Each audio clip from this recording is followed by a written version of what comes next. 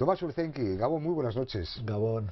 Bueno, el quinto centenario de la conquista de Navarra es un hecho histórico que igual, más que de hablar, ha dado de escribir.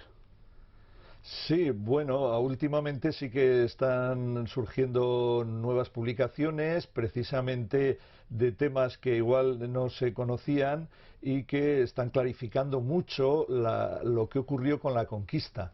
Y parece ser que además los que tenían la versión oficial del poder, pues parece que se han ido silenciando, ¿eh? Y ahora toca más a los que con gran seriedad están tratando el tema de la conquista. Bueno, su libro continúa la irracional conquista. ¿Por qué este título? En primer lugar, porque la conquista continúa, es un proceso largo en el que hay una preparación de la conquista, luego una ejecución y luego un mantenimiento, una conquista continuada hasta el presente. Esto se deduce claramente de los datos, ¿no?, de la conquista, de la documentación y de los hechos que han ido ocurriendo. Y luego irracional, porque ¿qué más irracional que una invasión y una conquista, una ocupación militar violenta, con todo tipo de instrumentos bélicos y con todo el tipo de preparaciones, de artimañas, de mentiras, de intrigas? Eso, evidentemente, la conquista es el mal, de verdad, es un gran mal, y por eso irracional, pero también porque choca con la concepción democrática, con la concepción de la defensa y respeto de los derechos humanos y de las sociedades. De todos modos, señor Urzenki, bueno, siguiendo el hilo de su versión, ¿qué problemas se derivan de aquella conquista hoy en día? La conquista hoy en día, como he dicho, tiene unos efectos importantes en la sociedad.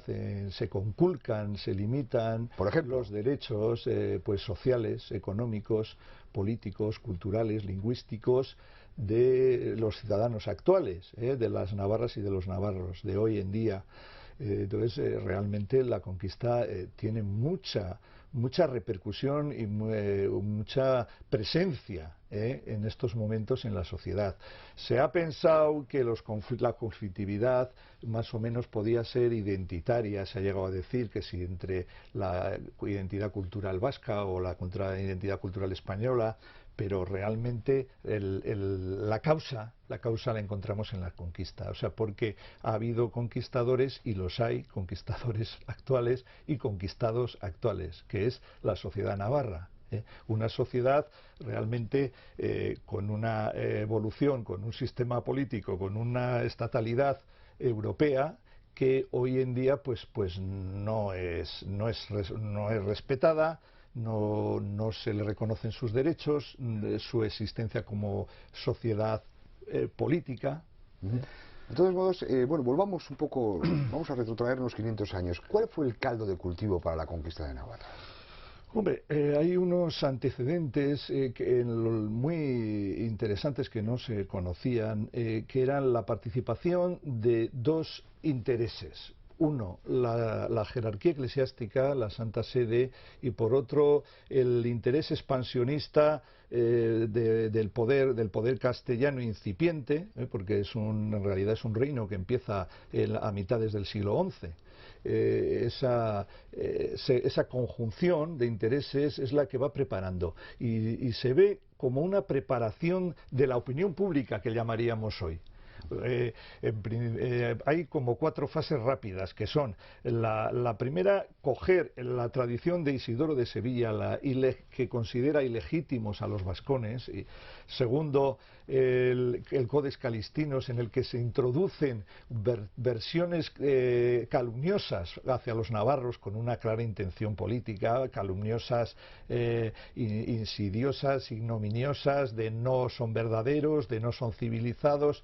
En realidad, toda una preparación. Hay que tener en cuenta que el famoso Calixto II, Papa, era tío carnal de Alfonso VII de Castilla, al que pretendían hacerlo emperador, y lo hizo. O sea, y en ese paquete y va también el descrédito de los navarros. Y por último, ya sería el anatema del Concilio de Letrán del mismo siglo y la excomunión de Sancho VII.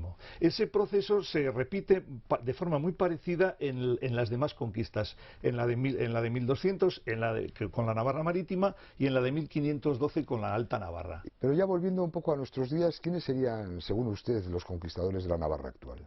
Los conquistadores actuales son aquellos que hoy todavía se obstinan en decir que Navarra, bueno, se anexionó, no tiene una conquista de verdad, fue pues una apariencia de conquista, los que tratan de minimizar, de ocultar, que es lo mismo que negar la realidad y las terribles consecuencias de la conquista.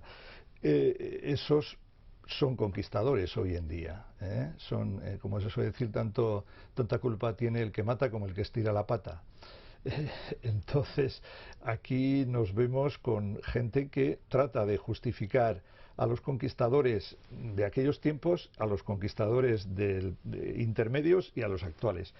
Y luego también da la casualidad de que ellos también, la última gran tragedia de la sociedad navarra desde el punto de vista de lo que es los derechos humanos y lo que sería un ataque a la humanidad, ¿no? Lo de 1936-39 tampoco lo reconocen, después de haber asesinado a 3.500 navarros sacados de sus casas y muertos por un tiro en la nuca en las cunetas, y todavía no se han reconocido ni recogido. Entonces, quiere decir que esto implica o demuestra que la sociedad navarra sigue estando conquistada con todos los efectos. La sociedad navarra está padeciendo, y lo vemos continuamente, problemas de tipo económico, de planificación de sus recursos y de no poder tampoco organizar plenamente su poder y su gobierno político, su gobernanza. Pues Tomás Urzainqui, autor del libro Continúa la irracional conquista, que tendrá su continuidad a partir de enero en la desconquista de Navarra. Muchísimas gracias, eskerrik asko, por estar esta noche con nosotros. Eskerrik asko, Zuri. Y les dejamos ya con la previsión del tiempo.